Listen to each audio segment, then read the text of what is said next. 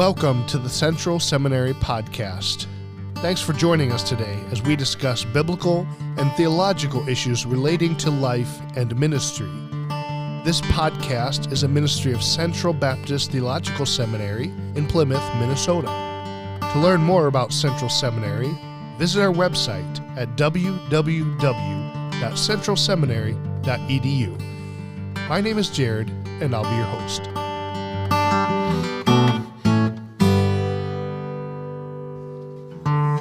Well, welcome back to another episode of the Central Seminary Podcast. Today we have Dr. Preston Mayes with us. He's one of the professors here at Central Seminary. Dr. Mayes, welcome. Thank you very much. Glad to be here. Why don't you tell us a little bit about yourself? How long have you been at Central? What's some of your history with teaching? Well, I've been at Central. This is my second year. So I moved here right during the middle of the coronavirus lockdowns, which made moving a very interesting experience. And that plays into our topic. Mm-hmm. So I've been here 2 years, and previously I was a professor at Maranatha Baptist University for 22 years. Okay, great. Before we talk to the topic at hand, are there any books that you're reading or any books that you're waiting for them to be published so that you can read them? You know, I always have a lengthy reading list, but right now most of my reading is involved with a writing project I'm just about to start working on. A book on Bible wines and alcohol, which I know sounds like a topic maybe that's been written on a lot, but I think it's warranted. There's been a lot of advances in medical research that I've become somewhat aware of medical studies and so forth. So I think there's a fresh look at this topic is warranted. For example, we all probably heard the advice from a doctor that, it's good to take a drink or two a day for your health. Also, the doctor tells you that. It must be good advice, and you wonder, although recently, due to advances in the ability to just do statistical research and just advances in the technology, that really wasn't true advice. That's enough to statistically correlate with increased incidence of cancer and other physiological problems. So that advice is really bad advice. When you think about it, alcohol is a toxic carcinogen, which is a fancy way of saying a mild poison. So there's a lot of that I'm trying to bring into the discussion, as well as discussions of ancient culture and just, raising the questions, what are they drinking? Yeah. When are they drinking it? On what basis are they drinking it? So a lot of those questions I think should be revisited because there's a lot of confusion out there. So okay. Well, I've always heard an apple a day. I didn't hear a drink a day. Well, I've had a doctor tell me that. So. Wow. So we look forward to the finishing of your book, which I don't think has started yet. But once it's done, we'll have you on here to share your book. A lot of research has been done. Okay. The next thing is just start writing. All right. Great. Well, our topic for today is getting connected in a church or feeling isolated within a church community, or how to integrate new attenders, or how to integrate yourself as a new attender or member at a church. And before we have you share some of your personal experience with this, why don't you share with us some priorities that we should look for when you're seeking a new church? Should I choose a church just because it's friendly, just because it has a style that we like, or are there other things that should take priority? What are your thoughts on that? Well, for my way of thinking, obviously you would look at the doctrine of the church first and foremost. Most people, I think, would check a website at this point, and most churches will have a website with a doctrinal statement. Beyond that, though, I think you'd want to actually visit the church and see how is it doing ministry, what kind of things is it actually doing, how are they implementing their doctrinal statement. It's very hard to gauge that without visiting the church. Beyond that, I would think just then you would look for some more subjective elements. Do I feel like I'm a good fit at this church? And that works both ways. Should I be at this church to minister to it? And should they be ministering to me? We really should look at that equation, from both sides of it. And that can be a difficult thing to ascertain. It might take a little time, but a visit is almost a necessity. Yeah. I actually had one man in the previous church I was in who said when he was looking for a church, obviously he wanted a good doctrinal church. He knew the Lord already, had some level of spiritual maturity. But his comment was, I can get good preaching anywhere on the internet now. And he expected good preaching where he went. But for him, do I fit into this body well? Can I minister here? Do I fit with the people? So I thought, man, that's really an interesting way to look at it. So, So I would look for both of those things, and just some sort of sense of the leadership. Is the pastor have a clear vision for the church? Where does he want it to go?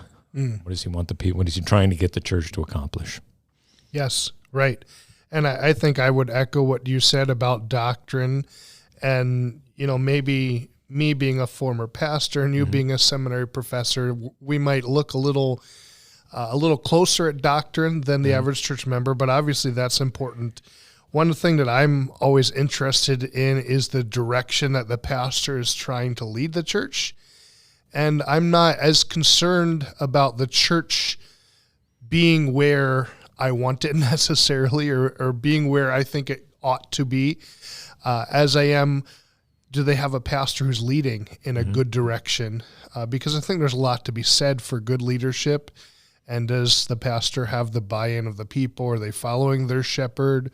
Or is there trouble in the ranks? I think those are important things. Yeah, and to me, that's almost a given, probably why I didn't mention it much, because I knew quite a bit about the church that I ended up joining here, Fourth Baptist Church, and I knew I was going to agree with all that. I was familiar with the church. It was a known commodity to me, so I probably would have looked at that a little differently if I were just moving into an area where I didn't know anything about any of the churches. Right. And that's true. Often you do have to kind of look at the church's trajectory and see where the pastor wants to lead it. And maybe you're the person that can come and be helpful in that regard. In that sense, you would be a good fit for that church. So, yes, good point. And we know there's no perfect church. So no, of course not. Why don't you share with us a little bit about some of your past experiences as I have talked in preparation for this episode in relation to getting connected in a church, some of your experiences in the past, and then moving to Minnesota. Share with us how that looked for you and your family. Yeah. Well, the last several churches that I was a member of, I knew quite a bit about the direction, and I did like where they were going. And the pastoral leadership was good in either case, so either one would have been acceptable as far as I could tell.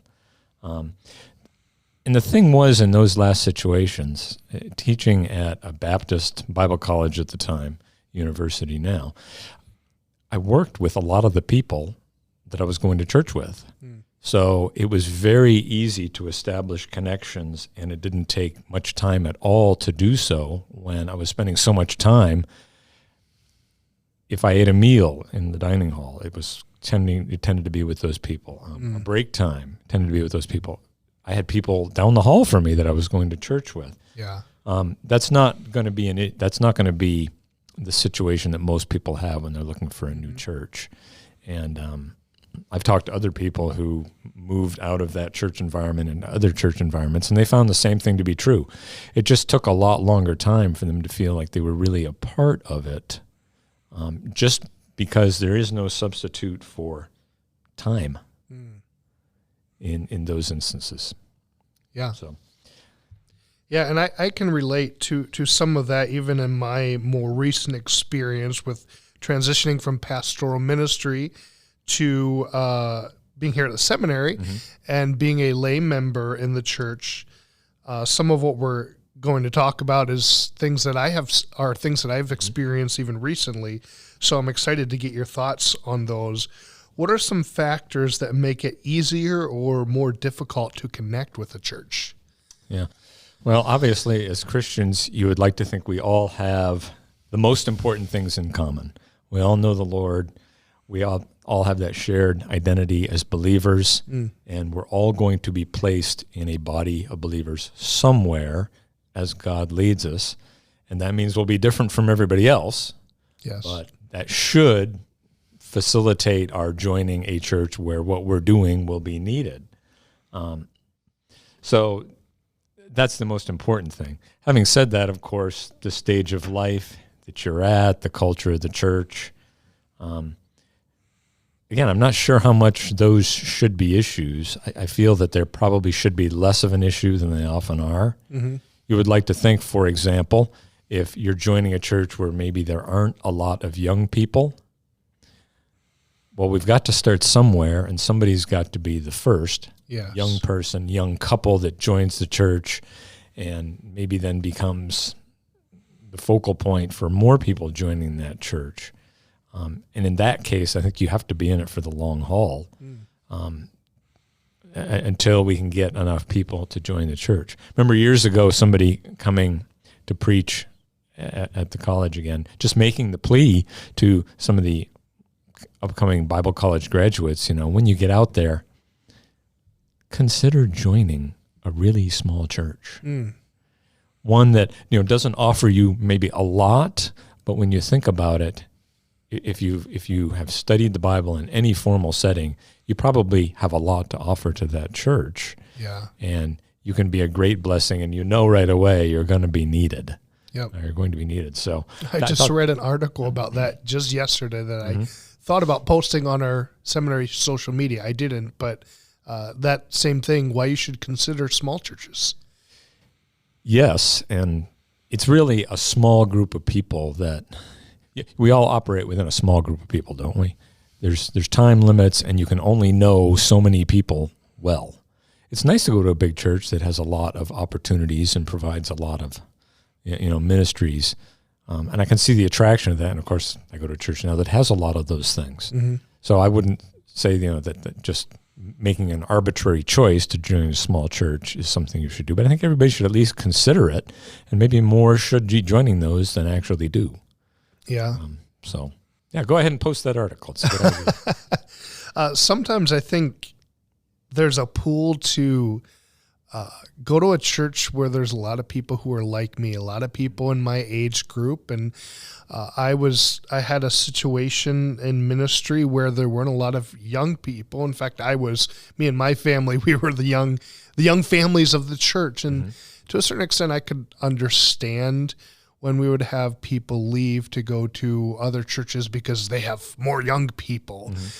But at the same time, the New Testament emphasizes that the most things that we have in common aren't our age or our stage in life. It emphasizes unity amongst diverse people. And so it's important to understand that we don't have to have everyone to be like us. And in our stage and our environment in life, we can learn from other people.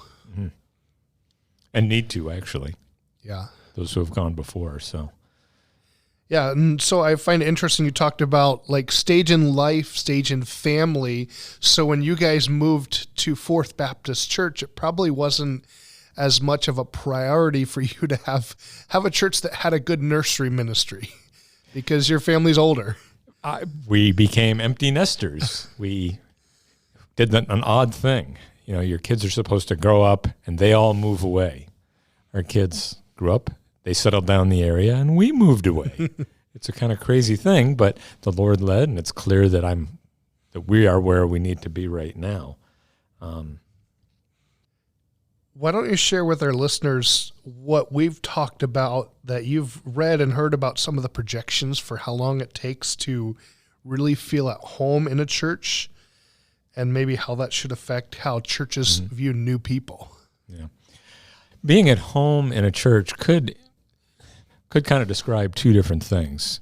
Okay. It could describe, I think, being comfortable with the church's ministry and its direction and liking the way that it's going. And that would be one element of that. I think it might be kind of hard to feel comfortable in a church, even if you like the people well, if it's just not going in the direction you think it should be going.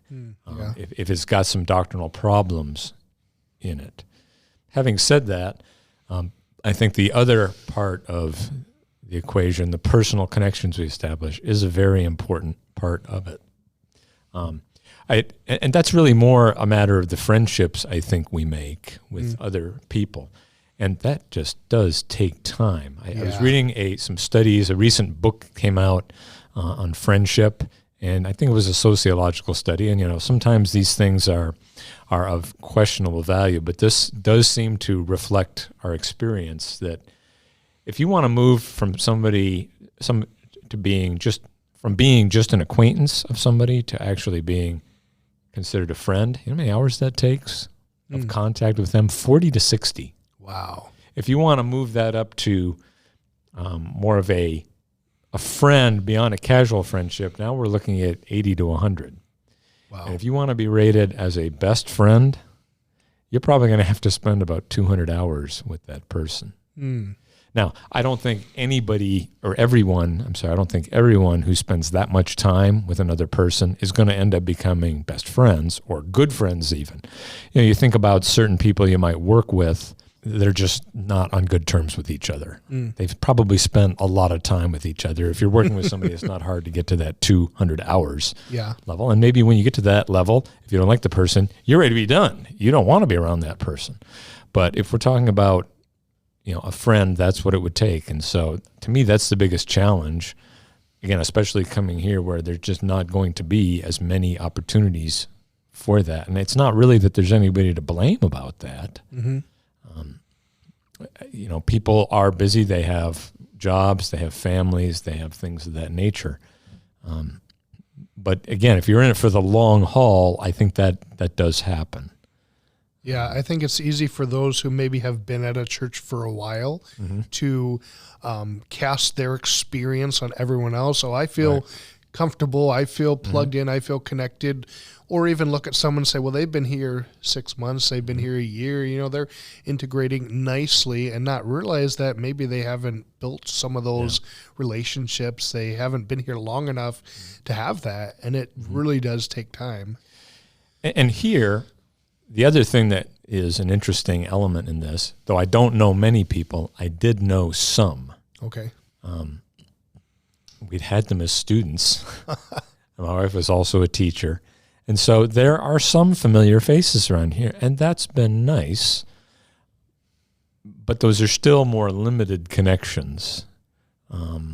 So we really are looking to maybe build some more connections with people more our own age. These people were students, so they tend to be quite a bit younger, at least 10 years, or in some cases more like 15 or 20 years. Okay. It's nice to know them.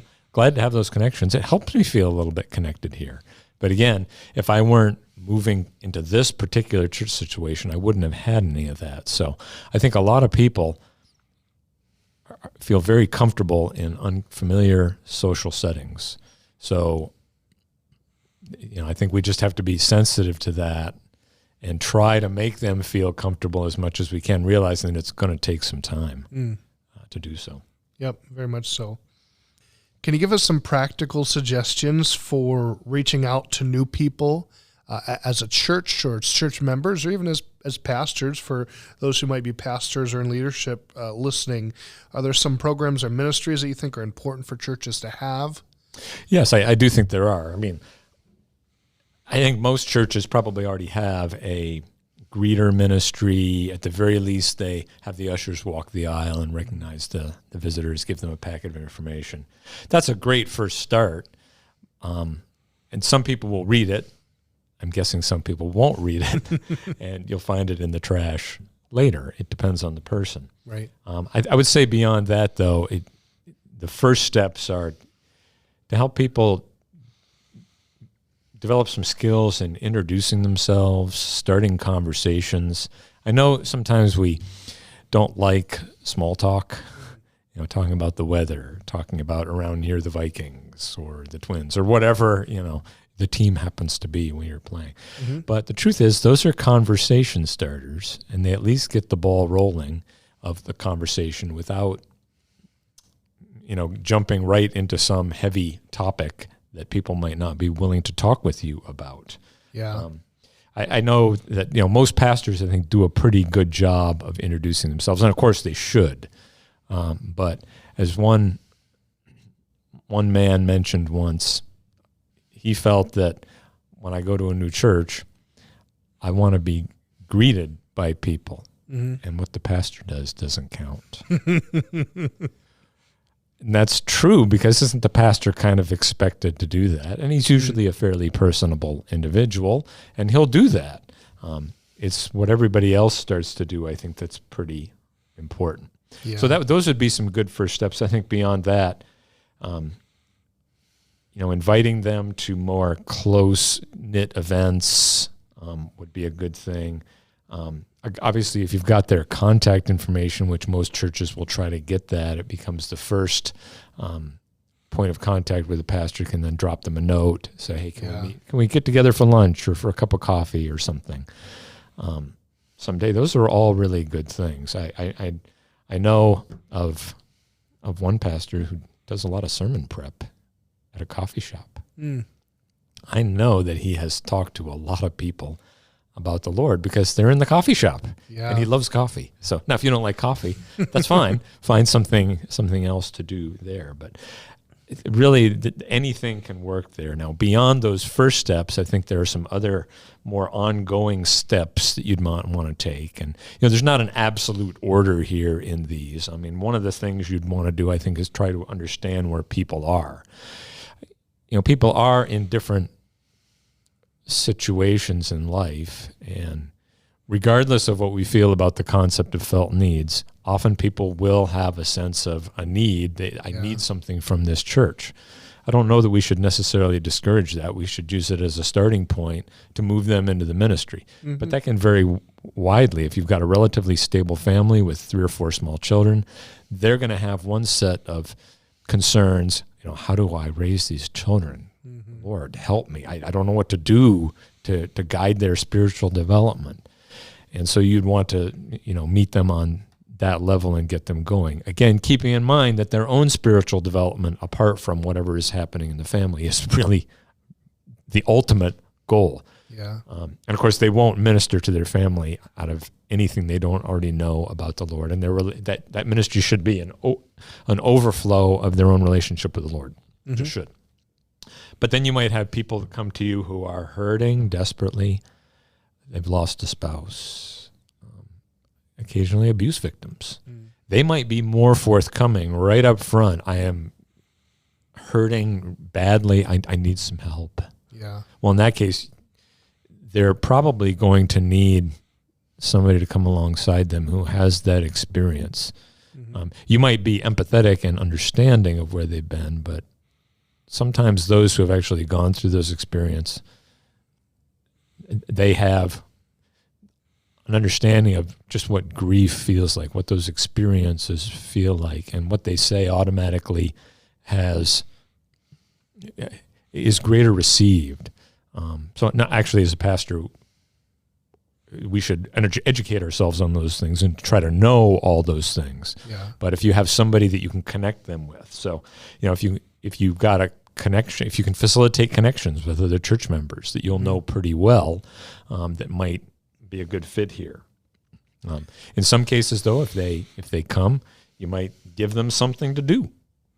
I mean, for me, I was a believer. I wanted something to do, and the church really did facilitate my getting involved here by suggesting several ministries I might be involved in. Of course, they knew me already. Yeah.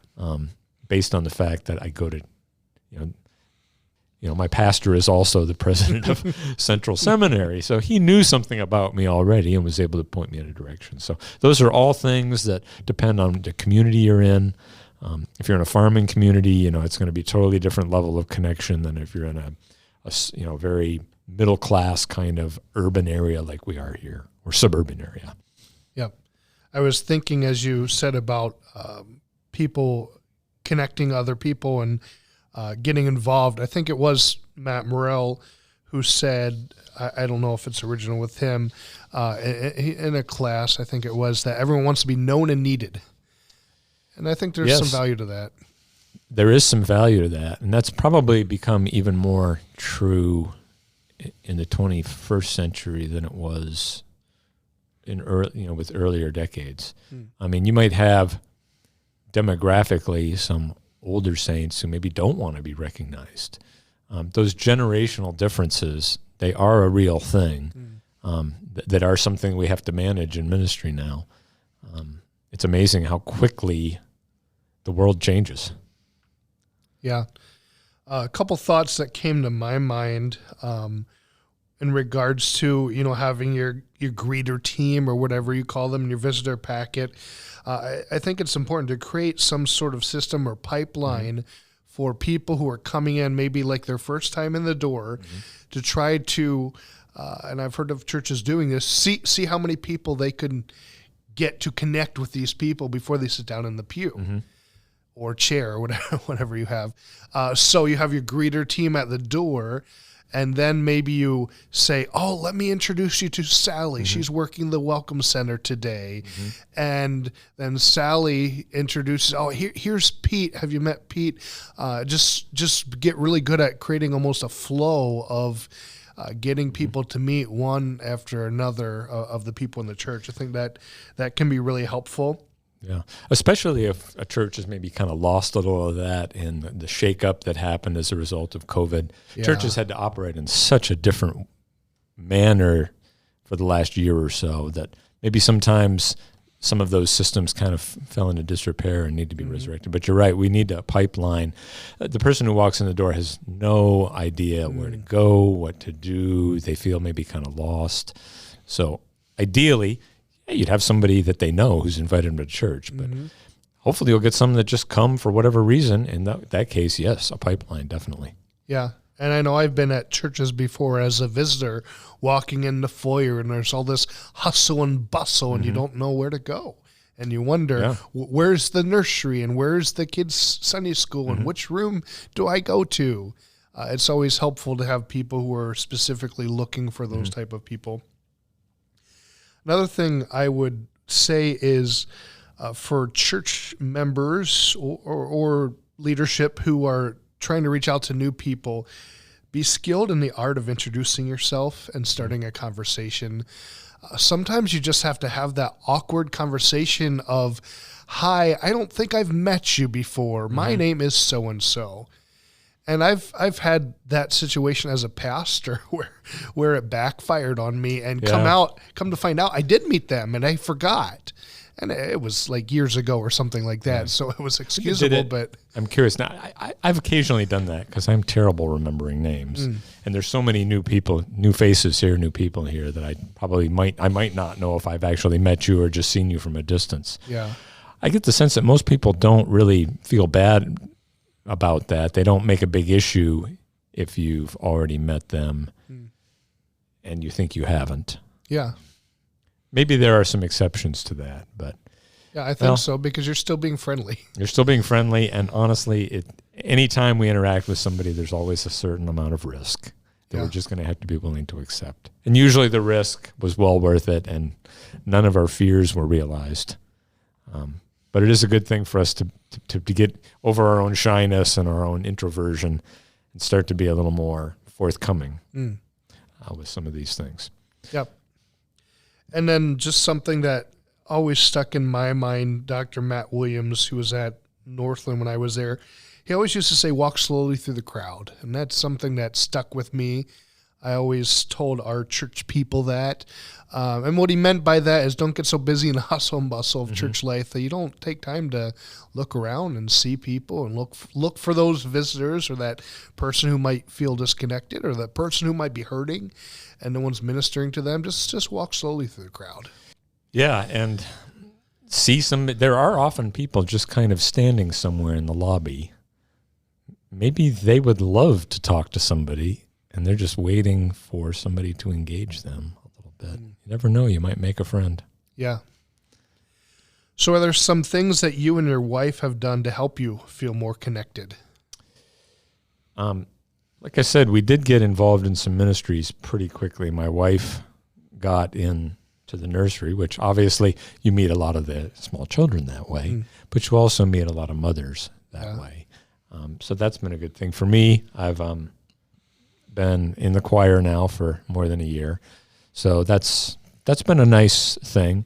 it's a smaller circle, but everybody in there is familiar. And, there are some people I walk in, I will say, hi, how you doing? And I know I'm starting to learn a little bit about them. I certainly know names a lot better than I used to there. And I've also done some Sunday school teaching, which I'm not sure how much that's helping me get relationships. It certainly makes me better known by those who are listening to me. But it's an involvement.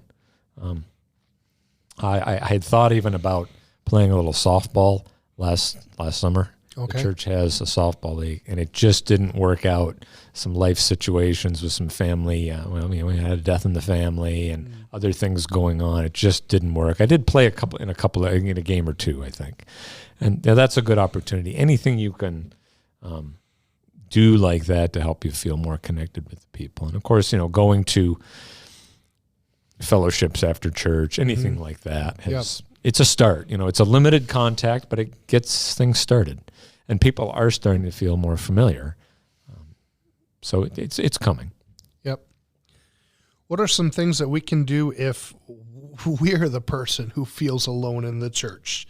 Do you have any thoughts for someone who's maybe just starting out? Maybe they moved, they had a job change, whatever the situation is, and they're trying to get connected in a church. Yeah. I would say, obviously stay afterward long enough that you're going to meet people. Don't be afraid to just introduce yourself to somebody, especially if it's a bigger church. And I know most churches aren't, but in a bigger church, we've probably all had the experience of introducing ourselves to somebody and saying, hey, are you new here? And the person says, well, no, I've actually been a member here 5 years. That's not a common occurrence, but it does happen. So stay long enough to meet people and just realize it does take time to get connected. Relationships take time. So there is a point at which the church, yes, needs to be doing everything it can to facilitate that, but the individual does have to take some ownership of getting connected, getting involved, and putting themselves in a position to be touched by others. And I think that's become a difficult thing in our culture where so much of our lives now are just lived out of our home. And we don't, a person's home almost tends to be their inviolable castle. I remember hearing stories of people who before my lifetime, but, discussions about people who would jump in the car Sunday afternoon and you go visit people. Well, that's something we don't generally do anymore because we're sitting at home doing whatever. Or I can remember an extreme story. My grandparents growing up in a small farming community. I remember talking with my grandfather once about going to church, and his comment was, we just went because what else was there to do? At the time, he wasn't a believer. Now, he became one, but it was the social hub. And obviously, we're not going to bring back that version of the United States. It's just not going to happen. But there's probably ways we can try to connect with people based on some of these other things and help them become more integrated. And it's probably a good idea there not to push too hard. Some people do want a little bit of space. And, they might just want to check out your church. They feel comfortable going there, but they're going to ease themselves into it. Kind of like the person who,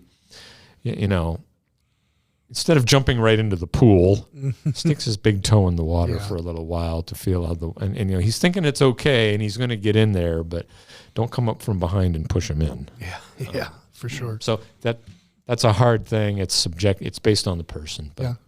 Be sensitive to those cues, get good at reading people. Right, but I would say most of them probably want to develop some relationships and have some connection and feel wanted. Wouldn't you say that's true with most people? I think so. Yeah. Yep. And I'd say if you want to learn more about how to integrate that, we could call it the hospitality angle of it, podcast episode number 3 was on the topic of hospitality. And so you want to go check that one out. Well, this was a good discussion. Thank you, Dr. Mayes. One question that I like to close our podcast with is just ask if there's anything that you want to give praise to God for, any works of God that he's done in your life or your family's life that you just want to praise him for and give thanks for his wonderful deeds. Yeah, I just want to thank the Lord for everything he's done in the move here. We were not moving across town. We were moving to a new state. I had been to Minneapolis once, but only once. I'm sorry, twice. I flew through the airport once. That one doesn't count. And you do that, especially during COVID, it raises a whole bunch of questions. Everything from the, where do I even live here, and do I rent or do I buy a house? Those are big decisions. All the way on down to, okay, we're unpacking in our home. Which drawer do we want to put the silverware in? And actually, we moved it. It was the wrong drawer.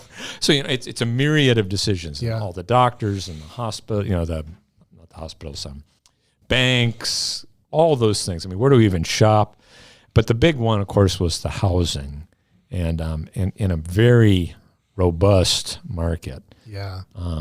We put, we had certain expectations, things that we must have to have in a house, but we weren't going to be too picky. It just seems unwise to not be content with what the Lord provides. So we were looking at places, and our response was always, well, this might work.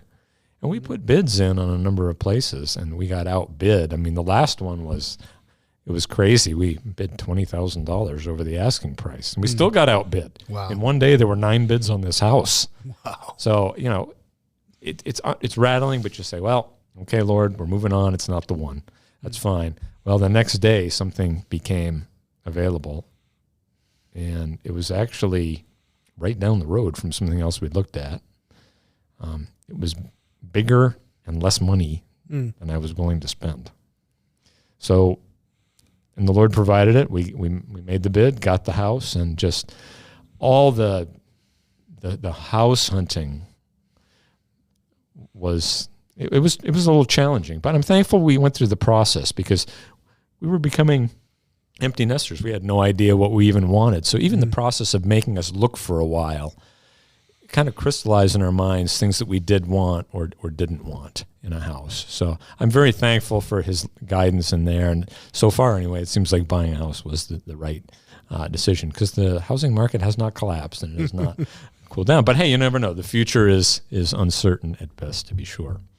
So, but I just thank him for everything, and that's the big thing, but there are many little things as well, but the Lord has been with us through the whole thing.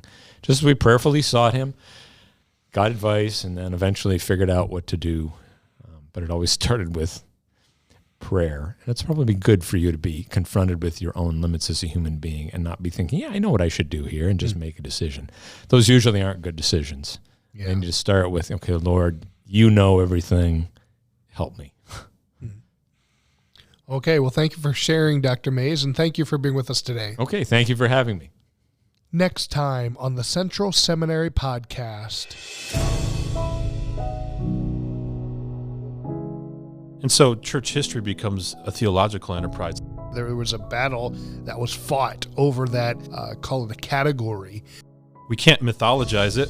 Whether it's Augustine or Spurgeon or, whoever in between. History is to help you make sense of things. Church history is not just, hey, memorize these names and dates. Church history is unavoidable. I don't know if I would re-preach their sermons. Some of them could be a couple hours long. The assumption is you have this giant bucket on your head and the teacher is throwing names and dates into your bucket. Is history just for history buffs? C.S. Lewis described it as a waterfall. The problem is we all have holes in our bucket and it's leaking out everywhere. Every week I spoke from a history book that we call the Bible. Baptists have said, well, you can't force the rights of someone's conscience. Look for our next episode on the Central Seminary Podcast.